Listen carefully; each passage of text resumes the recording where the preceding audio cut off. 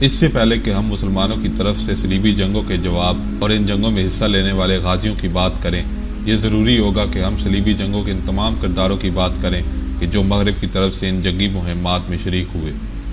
صلیبی جنگوں کی آڑ میں مسلمانوں کے خلاف مختلف طاقتور گروہ اپنے اپنے مقاصد کے حصول کی غرض سے اکٹھے ہو گئے تھے۔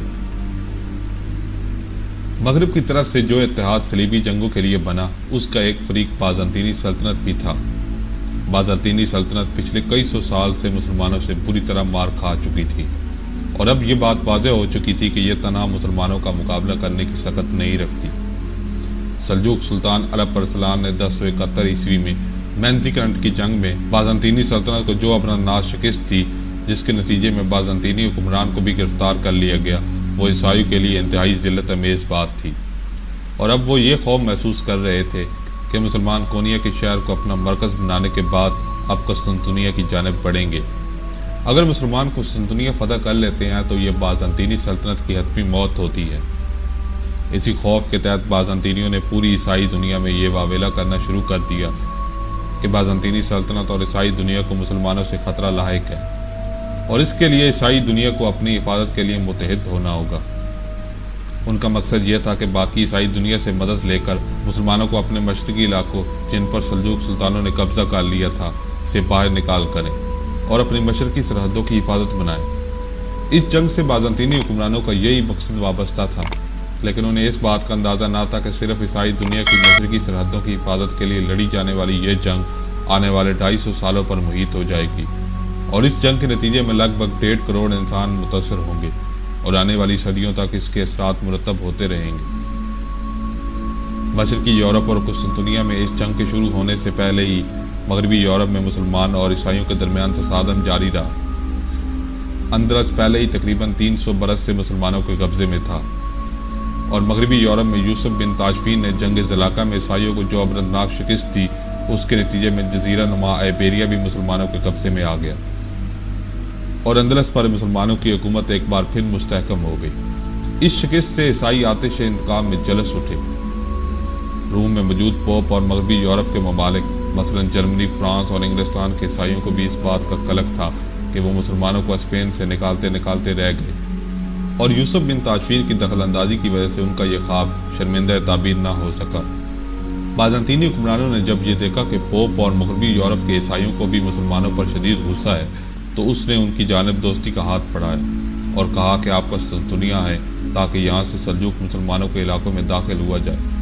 بازنطینی حکمرانوں کو اس بات سے کوئی دلچسپی نہ تھی کہ اسپین سے مسلمان نکالے جاتے ہیں یا نہیں، ان کی دلچسپی صرف اپنی سلطنت کی حفاظت تک محدود تھی۔ یہی وجہ تھی کہ اس نے ان تمام حکمرانوں کو جو مسلمانوں سے جنگ میں دلچسپی رکھتے تھے، قسطنطنیہ آنے کی دعوت دی اور کہا کہ ہم آپ کو ایشیائی کوچک میں داخل ہونے کے لیے قسطنطنیہ سے راستہ دیں گے۔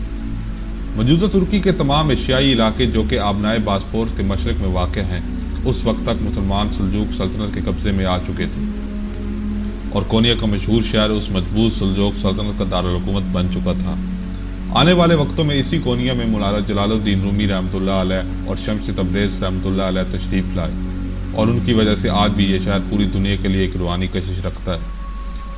یہاں یہ بات قابل غور ہے کہ مسلمانوں کے تمام مقدس مقامات یعنی مکہ مکرمہ، مدینہ منورہ اور بیت المقدس مڈل ایسٹ میں ہی واقع ہیں۔ یہی وجہ ہے کہ مسلمانوں کو کبھی یورپ کی جانب سفر کرنے کی ضرورت ہی پیش نہ آئی۔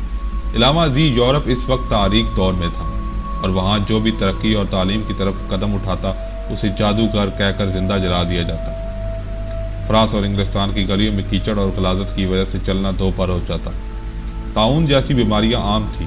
حقیقی معنوں میں وہ وحشی اور درندوں کی مانند زندگی بسر کر رہے تھے۔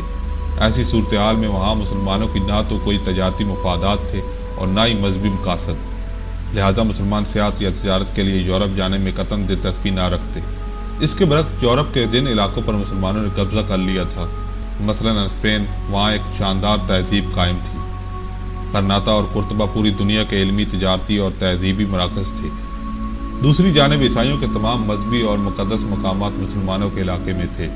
بیت المقدس عیسائیوں کے لیے بھی مقدس جگہ ہے، کیونکہ یہاں حضرت عیسیٰ علیہ السلام کی پیدائش ہوئی تھی۔ حضرت عمر رضی اللہ تعالیٰ عنہ کے دور میں مسلمانوں نے پہلی مرتبہ بیت المقدس کو فتح کیا تھا۔ تب سے لے کر 1098 عیسوی تک یہ مسلمانوں کے قبضے میں رہا۔ اسپین میں شکست کے بعد عیسائیوں میں آتش انتقام بھڑک رہی تھی، اور ساتھ میں یہ حسرت بھی سینوں میں سلگ رہی تھی کہ بیت المقدس کو مسلمانوں کے قبضے سے واپس لیا جائے۔ پوپ اربن دوم نے اپنے پادریوں اور راہبوں کو پورے یورپ میں پھیلا دیا۔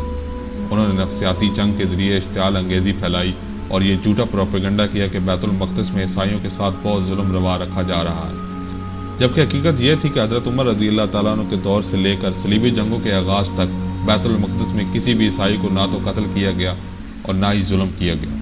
عیسائی اور یہودی کئی سو برس تک مسلمانوں کے زیر سایہ اتنے امن و سکون سے رہے کہ کہیں بھی مذہبی تعصب کی کوئی ایک مثال بھی نہیں ملتی۔ ان برسوں میں مسلمانوں نے عیسائیوں کے ساتھ رواداری کی وہ اعلیٰ مثال قائم کی کہ جسے دنیا آج تک یاد رکھتی ہے۔ پیٹر نام کے ایک راہب نے یورپ میں جگہ جگہ ایسی جنونی تقریریں کی کہ جن میں مذہبی تعصب، جنون اور لوگوں کو بھڑکانے کے تمام اسباب موجود تھے۔ یوں پورے یورپ میں مذہبی جنون کی آگ بھڑکا دی گئی۔ یورپ کی فوجیں تو بعد میں نکلی، لیکن ان سے پہلے عام یورپی عیسائی اس راہب کے ساتھ قسطنطنیہ روانہ ہو گئے۔ ان کا مقصد مسلمانوں کے ساتھ جنگ کر کے بیت المقدس پر دوبارہ قبضہ کرنا تھا۔ یہ عسکری اعتبار سے غیر تربیت یافتہ، جذباتی اور نہتے عیسائی صرف اس لیے اپنے گھر بار چھوڑ کر راہب پیٹر کے ساتھ چل پڑے کہ ان کے مذہبی جذبات کو بھڑکا دیا گیا تھا، اور ان کے اس جنگ میں حصہ لینے کے نتیجے میں جنت کی بشارت بھی دی گئی۔ یہی وجہ تھی کہ لاکھوں کی تعداد میں وہ سادہ لو عیسائی عوام اپنے انجام سے بے خبر اندھا دھند اس مہم پر روانہ ہو گئے۔